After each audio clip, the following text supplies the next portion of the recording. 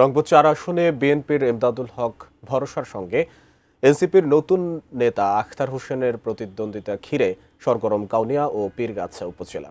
জামায়াতের সাথে সমঝোতায় এনসিপিকে আসনটি ছেড়ে দেওয়ায় বিএনপি, জাতীয় পার্টি ও এনসিপির ত্রিমুখী লড়াই হবে বলে ধারণা ভোটারদের। রংপুর থেকে মনিরুজ্জামানের তোলা ছবি ও শাহরিয়ার মিমের তথ্যে ডেস্ক রিপোর্ট। উত্তরবঙ্গের বিশিষ্ট শিল্পপতি সাবেক এমপি মরহুম রহিমউদ্দিন ভরসার ছেলে এবং কাউনিয়া উপজেলা বিএনপির সভাপতি এমদাদুল হক ভরসা রংপুর ৪ আসনে ধানের শীষের প্রার্থী। এর আগে বিএনপির প্রার্থী হিসেবে তৎকালীন আওয়ামী লীগের বাণিজ্যমন্ত্রী টিপু মুন্সির সঙ্গে নির্বাচনে প্রতিদ্বন্দ্বিতা করে লক্ষাধিক ভোট পেয়েছিলেন। সাধারণ জন স্বতঃস্ফূর্তভাবে আমাদেরকে সাড়া দিচ্ছে, তাদের আবেগ প্রকাশ করছে। তারা শুধু এই 12ই ফেব্রুয়ারির দিনটি অপেক্ষা করছে। আমি প্রশাসনের কাছে একটাই চাবো, আমরা যত প্রার্থী আছে সবাইকে যেন সমান অধিকার দেয়। এমপি পদে এবারই প্রথম লড়ছেন জাতীয় পার্টির সাংগঠনিক সম্পাদক ও পীরগাছা উপজেলা পরিষদের দুইবারের চেয়ারম্যান আবু নাসের শাহ মোহাম্মদ মাহবুবার রহমান। উপজেলা পরিষদের সাবেক চেয়ারম্যান মরহুম শাহ মোহাম্মদ মিজানুর রহমানের পুত্র তিনি। বিজলি কেবলসের স্কিন কোটেড ইনসুলেশন আগুন প্রতিরোধী। বিজলি কেবলস, নিরাপদ আজীবন।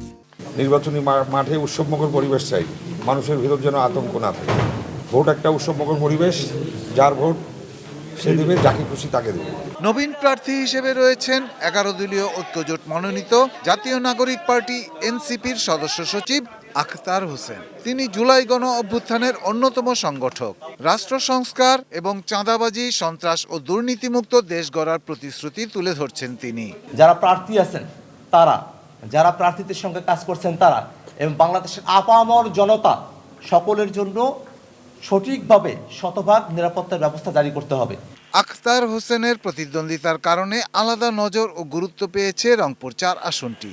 ভোটারদের ধারণা সেখানে হবে নবীন প্রবীণের ত্রিমুখী লড়াই। আমরা চাচ্ছি একজন ভালো এমপি আসুক, সৎ, যিনি কাজ করবেন, বেকারের সমস্যা দূর করবেন, এলাকার উন্নয়ন করবেন, যে আমাদের দুঃখ সুখে আমাদের পাশে থাকতে পারবে। আমরা এখন ভোট দেব, দেখে শুনে দেব, ভালো একটা যোগ্যতা প্রার্থী আমরা দেখে ভোট দেবো আর কি। Shahidul Rana, desk report, ATN news.